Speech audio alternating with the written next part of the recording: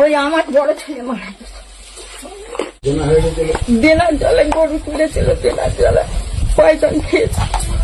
আইনের ভাষা যতই নিরপেক্ষ হোক না কেন, তার প্রয়োগের উদ্দেশ্য যখন নির্দিষ্ট একটি সম্প্রদায়কে নিশানা করে, তখন তা আর গোপন থাকে না।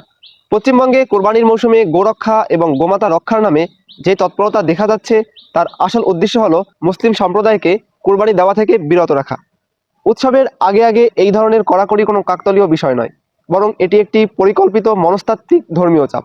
কিন্তু ক্ষমতার অলিন্দে বসে নেওয়া এই সিদ্ধান্তের চড়া মূল্য দিতে হচ্ছে গোয়ালের অবলা পশু আর মাঠের দরিদ্র হিন্দু চাষিকে। সরকার যা করবেন তাই, না বলে আমরা গরু ছেড়ে দেবো আর আত্মহত্যা করবো।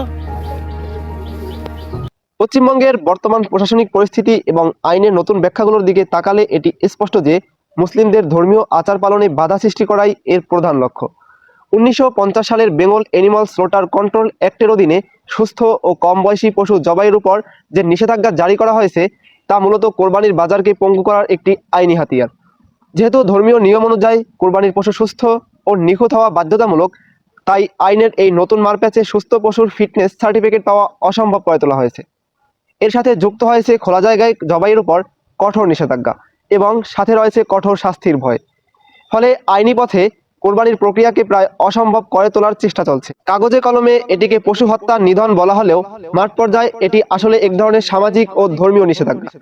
তথাকথিত গোরক্ষকদের ভয়ে রাস্তায় লাঠির বাড়ি, গাড়ি ভাঙচুর এবং পুলিশের হয়রানির আতঙ্কে মুসলিম ক্রেতারা এখন পশুর হাটে যাওয়াই বন্ধ করে দিয়েছেন। নিজেদের ধর্মীয় অধিকার পালন করতে গিয়ে কেউ আইনি ঝামেলা বা শারীরিক হেনস্থার ঝুঁকিতে পড়তে চান না। ফলে উৎসবের ঠিক আগে পশুর হাটগুলো ক্রেতা শূন্য হয়ে পড়ছে, যা মূলত একটি নির্দিষ্ট জনগোষ্ঠীর ধর্মীয় স্বাধীনতার উপর পরোক্ষ কিন্তু তীব্র আঘাত। কিন্তু রাজনীতির এই অন্ধ খেলায় সবচেয়ে বড় পরিহাসটি ঘটছে গ্রামীণ অর্থনীতিতে। মুসলমানদের কোরবানি দেওয়া থেকে বিরত রাখার এই জেদ দিন শেষে সবচেয়ে বড় সর্বনাশটি ডেকে এনেছে প্রান্তিক হিন্দু খামারিদের ঘরে। দড়ি নিয়ে ঘুরছেন কেন? গলায় দড়ি দেওয়া ছাড়া আমাদের বিকল্প কোনো রাস্তা নেই। ভারতের পশ্চিমবঙ্গের গ্রামীণ খামারিদের একটি বিরাট অংশই সনাতন ধর্মাবলম্বী। তারা মহাজনের কাছ থেকে চড়া সুদের ঋণ নিয়ে এই আশায় পশু পালন করে যে কুরবানির মৌসুমে মুসলিম ক্রেতাদের কাছে ভালো দামে তা বিক্রি করে ঋণের টাকা শোধ করবেন এবং লাভ করে ঘরে তুলবেন। আমার এই 5 লাখ টাকা ব্যাংকে দেনা, আরো বাইরে থেকে 3 টাকা করে 4 টাকা করে সুদে নিয়েছি 5 লাখ টাকা, তাতে কি করে মেটাবো আমি? এখন মুসলিম ক্রেতারা ভয়ে বাজার থেকে মুখ ফিরিয়ে নেওয়ায় সেই অবিকৃত পশুগুলো খামারিদের গলার কাটা হয়ে দাঁড়িয়েছে। গোয়ালে বসিয়ে বসিয়ে প্রতিদিন চড়া দামে খড় ও ভুসি খাওয়াতে গিয়ে খামারিরা ঋণের জালে আরো গভীরভাবে জর্জরিত হয়ে পড়ছে।